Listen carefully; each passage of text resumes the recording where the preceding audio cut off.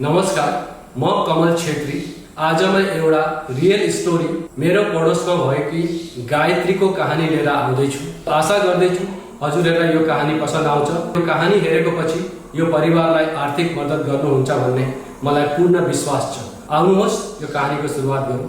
पीडाले भरिएको एउटा सत्य कथा। अन्धकारमा बसिरहेकी गायत्री। भारतको असम राज्य विश्वनाथ जिल्लाको बालीपुखुरी बुढीगाङ विश्वनाथ आसाम भन्ने सानो गाउँमा एउटा यस्तो परिवार छ जसको दैनिक जीवनको सङ्घर्ष देख्दा जो कोहीको पनि मन पग्लिन्छ। यो कथा हो गायत्री अधिकारीको, एउटी युवती जसको उमेर अहिले धेरै भएको छैन, तर भाग्यले उनलाई यस्तो पीडा दिएको छ जसको कल्पना गर्न पनि कठिन छ। आज गायत्री दुवै आँखाबाट पूर्ण रूपमा दृष्टिहीन ब्लाइन्ड भएकी छिन्। यसको मुख्य कारण हो ब्रेन ट्युमर, जसले उनको आँखाको ज्योति सधैँको लागि खोसेर लग्यो। उनको काखमा एउटा 5 वर्षीय सानो छोरा दीप अधिकारी छन् जसले बल्ल संसार बुझ्ने सिक्दैछन्। उनका स्वामी बिक्की अधिकारी हुन् जो आफ्नो परिवार बचाउन हरेक दिन सङ्घर्ष गरिरहेका छन्, तर उनको कुनै स्थायी रोजगार छैन। कहिले काम पाउँछन् त कहिले काम पाउँदैनन्। घरमा वृद्ध सासू ससुरा, सानै अधिकारी र आमै पनि हुनुहुन्छ। दुवैको उमेर ढलिसकेको छ। आज उनी आफै सहाराको खोजीमा छन्। यस घरभित्र हरेक दिन एउटै प्रश्न हुन्छ, भोलिको दिन कसरी बिताउने। बिहान सुरु हुन्छ तर गायत्रीको जीवनमा सधैँ अन्धकार। बिहानको करिब 5:30 बजे गाउँका मानिसहरू आफ्नो दैनिक काममा निस्किन थालेका छन्। चराहरूको चिरबिराहट सुनिन्छ, तर गायत्री अधिकारीको जीवनमा हरेक बिहान र हरेक रात एउटै जस्तो छ, किनकि उनको संसारमा अब सधैँको लागि अन्धकार बसिसकेको छ।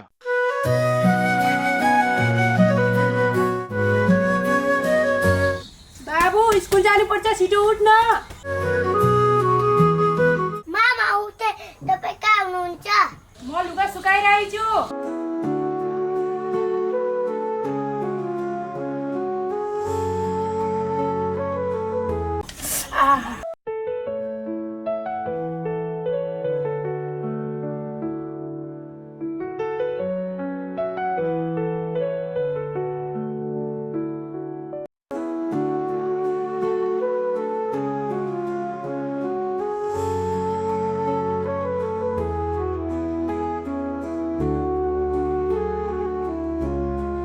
मेरो छोरो त कति ठुलो भयो।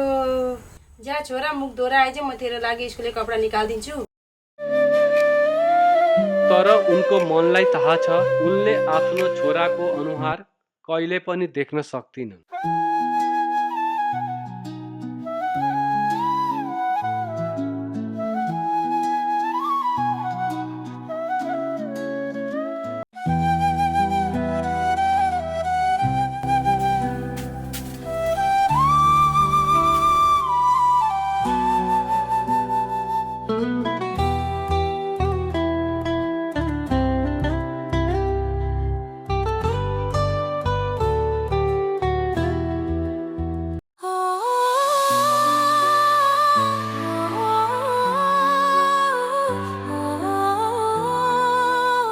केही वर्ष अघि सबै सामान्य थियो उनीहरूको जीवनमा। गायत्रीको जीवन सामान्य थियो। उनी हाँस्थिन्, घर सम्हाल्थिन्, परिवारको साथ सुखी थिइन्। तर अचानक उनको टाउकामा साह्रै पीडा हुँदा डाक्टरले भन्नुभयो ब्रेन ट्युमर छ, छिटो अपरेसन गर्नुपर्छ। घरको आर्थिक अवस्था पहिलेदेखि नै कमजोर थियो, तर पनि बिक्कीले आफ्नो जमिनको हिस्सा बेचेर श्रीमतीको उपचार गराउनु भयो। अपरेसन भयो, तर अपरेसन पछि गायत्रीको दुई आँखा दृष्टिहीन भए। डाक्टरहरूले भन्नुभयो हामीले अपरेसन गरेर ज्यान त बचाइदिउँ, तर आँखाको ज्योति फर्किन निकै कठिन छ। त्यो दिन केवल गायत्रीको आँखाको उज्यालो मात्र हराएन, उनका सबै सपना पनि अन्धकारमा हराए। पति बिक्की अधिकारीको व्यवस्था। पति बिक्की अधिकारी हरेक दिन आफ्नो परिवारको लागि सङ्घर्ष गरिरहेका छन्, तर उनको कुनै स्थायी रोजगार छैन। कहिले खेतमा मजदुरी गर्छन्, कहिले कसैको घरमा काम, कहिले राजमिस्त्रीको सहायकको रूपमा।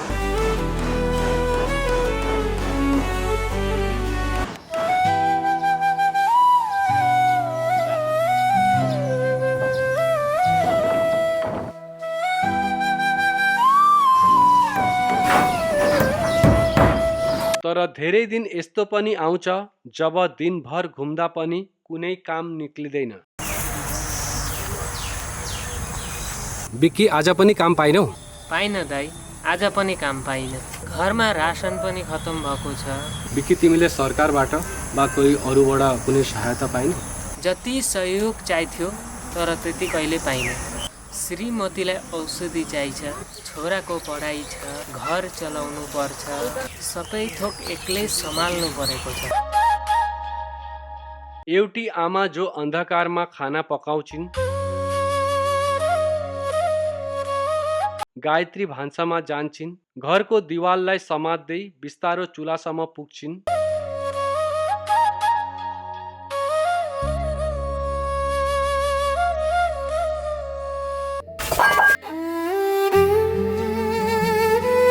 उनको सानो छोरा दीप सधैँ छेउमा हुन्छन्, यहाँ गेस छ, सम्हालेर गर्नु। आमालाई गाइड गर्नको लागि।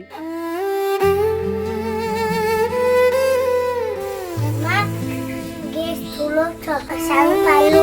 मेरो छोरो मेरो सहारा भइसकेको छ। कहिले नुन धेरै हाल्दैछिन्, कहिले खाना डराउँछिन्।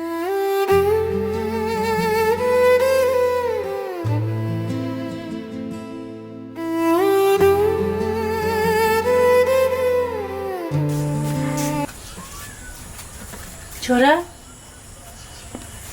हजुर, के गर्दैछ? ऐना लानु।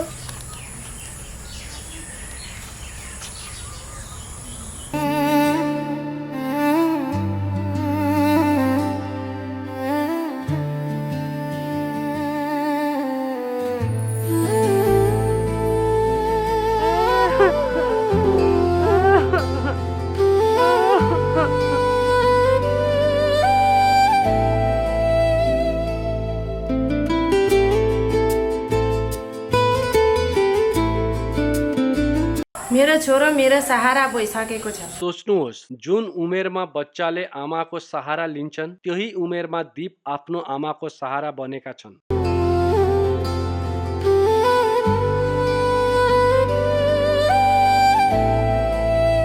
ससुरबा सानै अधिकारी र सासु आमा पनि हुनुहुन्छ, छेउमा अलगै बस्नुहुन्छ। उमेर ढल्किसकेको छ। उनी आफ्नो छोरा बिक्कीलाई दिनदिनै सङ्घर्ष गर्दै रहेको देख्छन्। एक दिन छोरालाई कष्ट गरी काम गरेको देखेर निकै भावुक हुनुहुन्छ। बिक्की,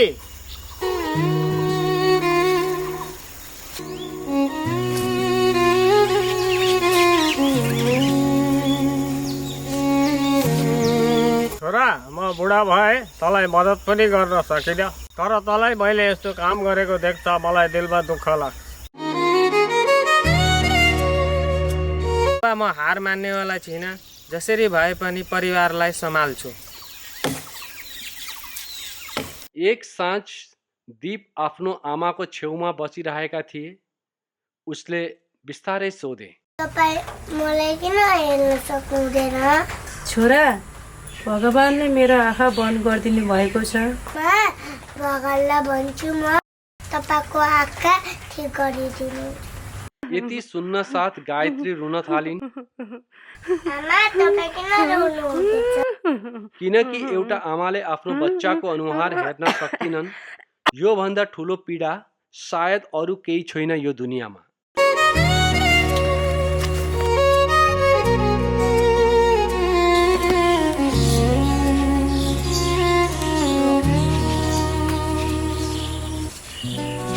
सबैभन्दा कठिन समय रात परेपछि। गाउँको सबै मानिस सुत्छन्, तर यही समय हो परिवारको चिन्ता सुरु हुन्छ। बिक्की घर फर्किन्छन्।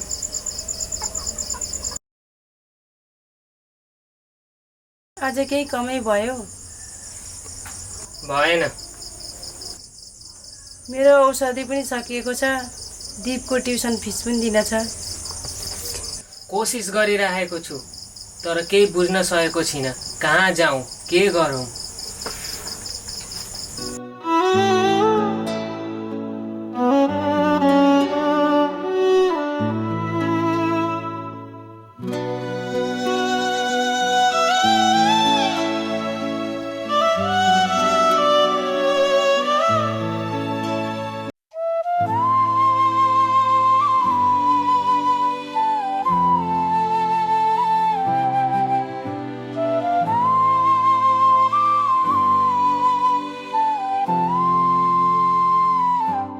गायत्रीको त्यो कुरा जसले हृदय छोयो।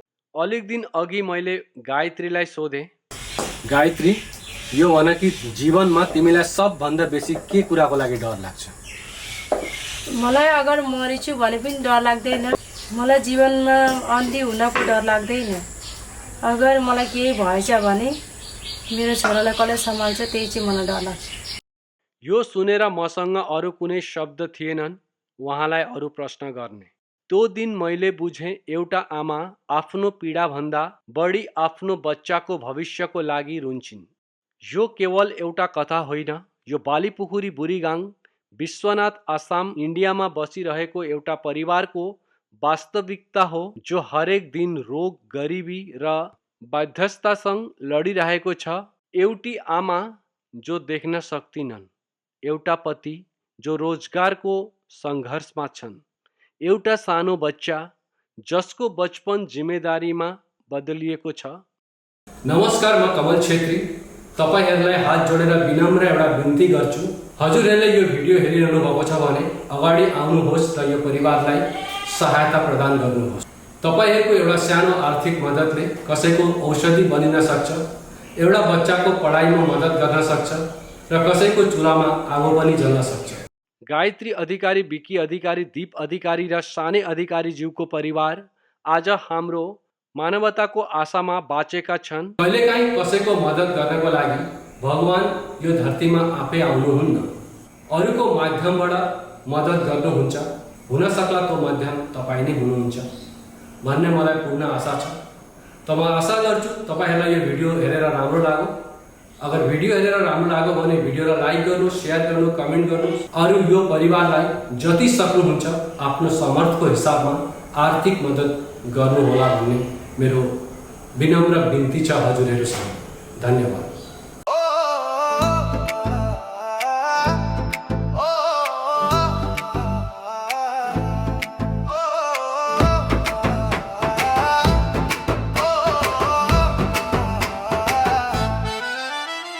मूनवॉक मीडिया पे दुनिया नई, हर पल में कुछ बात जुदा, कहानियां सुर सपनों की उड़ान, हर वीडियो में मिलता है जहां। शॉर्ट फिल्म में हो या म्यूजिक नया, दिल को छूता है हर एक धुन। डॉक्यूमेंट्री की सच्ची बातें, जीवन की चलती है धड़कन गुनगुन। कृषि की बातें, पशु पंछी, भक्ति में भी मिलता चैन, सूचनाएं, ब्लॉगिंग की दुनिया, मूनवॉक मीडिया, सब कुछ इसी चैनल पर एंजॉय कीजिए।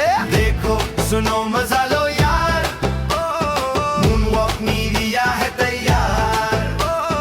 लाइक करो, सब्सक्राइब करो,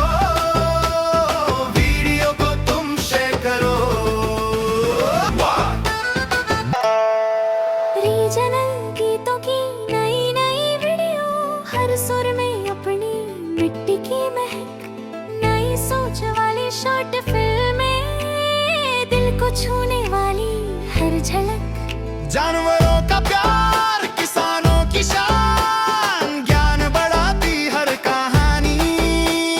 मूनवॉक मीडिया बस एक चैनल नहीं, ये है क्रिएटिव यूट्यूब चैनल।